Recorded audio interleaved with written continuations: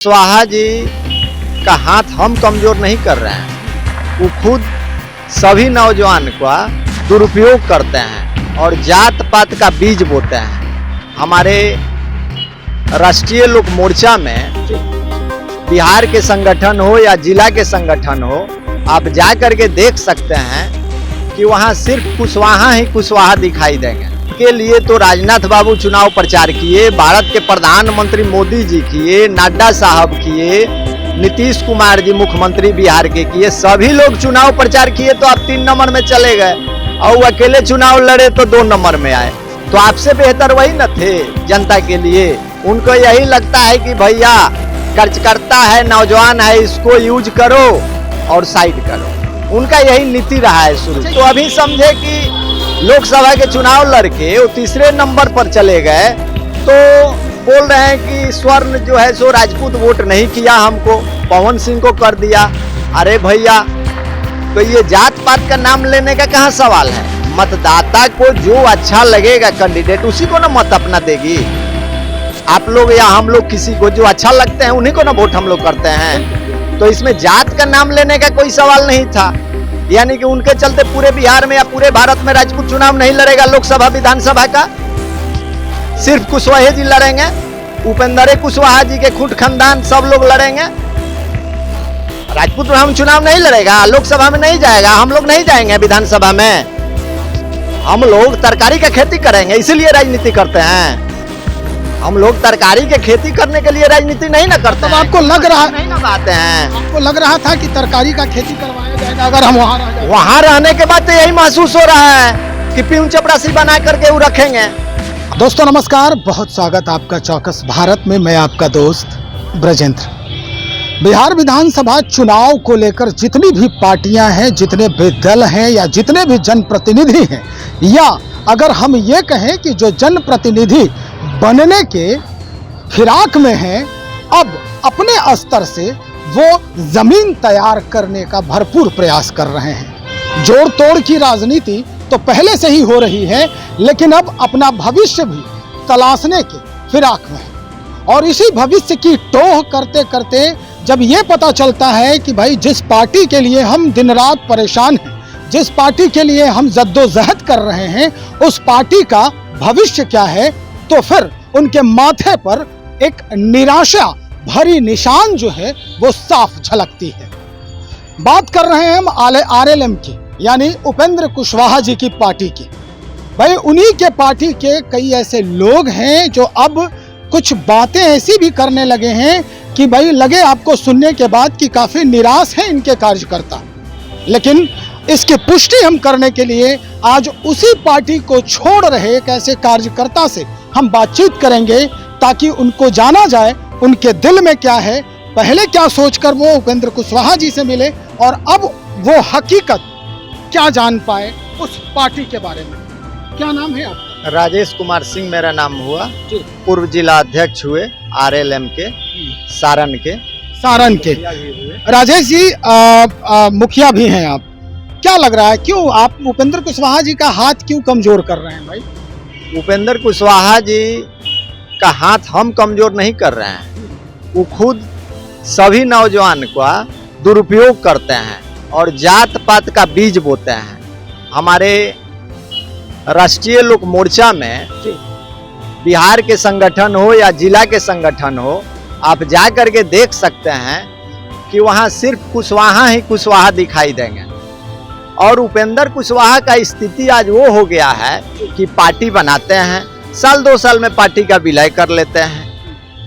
और अभी के दौर में तो खुद अपना टिकट मांगने के लिए सभी दल में जाते हैं, एनडीए में बड़े बड़े लीडर लोगों से संपर्क करते हैं कि भाई हमको टिकट दिया जाए।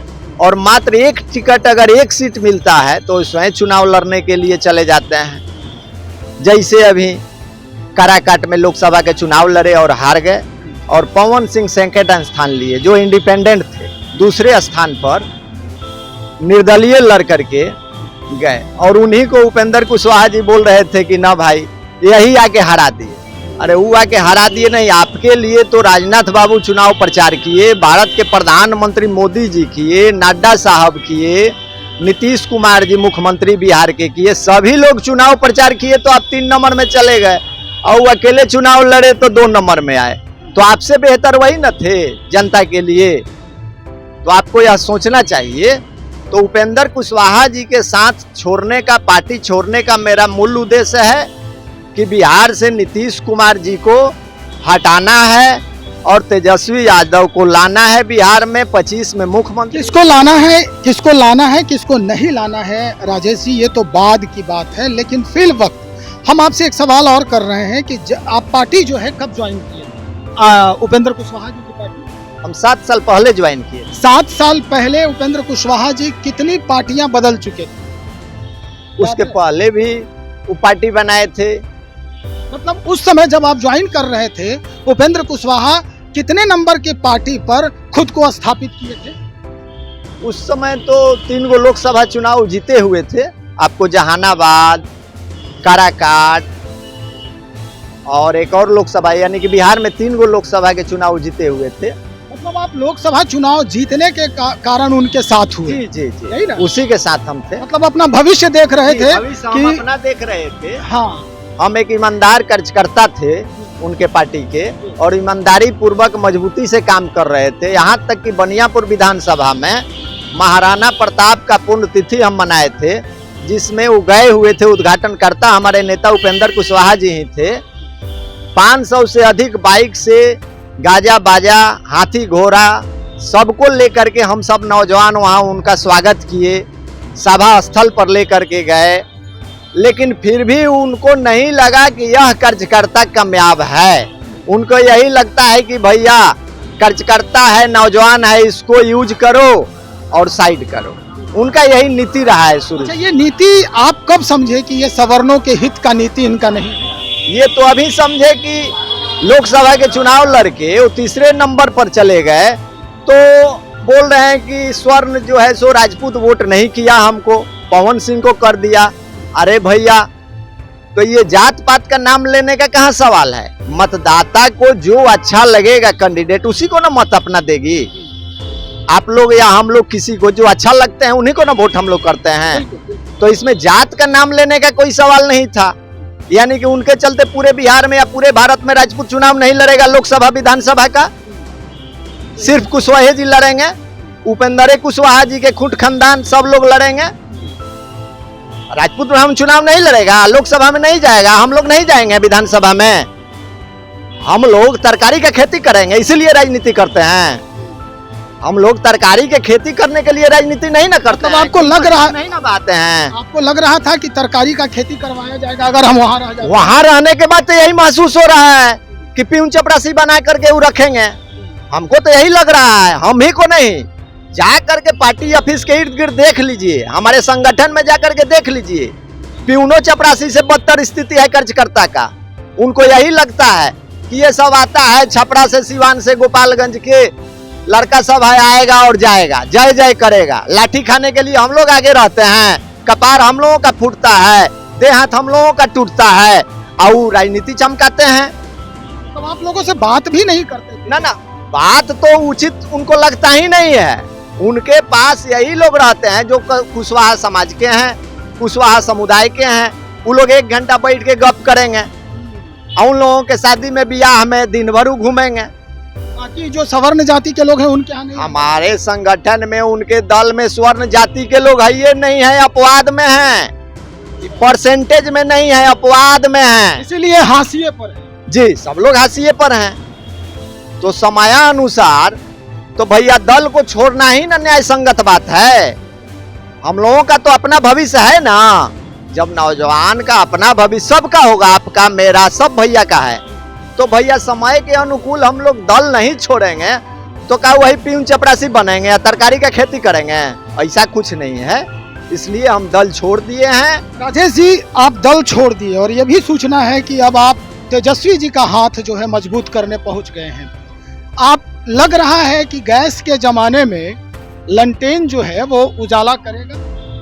तेजस्वी जी अगर 25 में आते हैं, मुख्यमंत्री बनते हैं, तो बिहार में रोजगार का बरसात हो जाएगा। आप भुलाइए मत, जेन्युइन बन करके तब क्वेश्चन कीजिए। पक्षपात अब मत कीजिए पत्रकार बंधु चैनल भैया। अगर तेजस्वी जी मुख्यमंत्री बनते हैं हम लोगों के सहयोग से तो बिहार में रोजगार का बरसात आ जाएगा जी। रोजगार का बरसात शुरू हो जाएगा। देखे नहीं अभी 17 महीना में कितना लोगों का नौजवान का रोजगार मिला। अभी स्वास्थ्य विभाग में जितना वैकेंसी आने वाला है सब तेजस्वी यादव का ही सृजित किया गया। इसके पहले कोई स्वास्थ्य मंत्री जाता था? 1:30 बजे रात में पीएमसीएच में कोई मंत्री जाते थे स्वास्थ्य मंत्री? लेकिन तेजस्वी जी जब थे तो 1:30 बजे 2 बजे रात के औचक निरीक्षण करते थे। कहीं अब लाश दिखाई नहीं देता है बाहर फेंका हुआ। मतलब तेजस्वी जी के कारण जी, उनके कारण अभी फिर बीजेपी का गवर्नमेंट, नीतीश जी का गवर्नमेंट है। मंगल पांडे स्वास्थ्य मंत्री हैं। जाकर के देखिए स्थिति क्या है।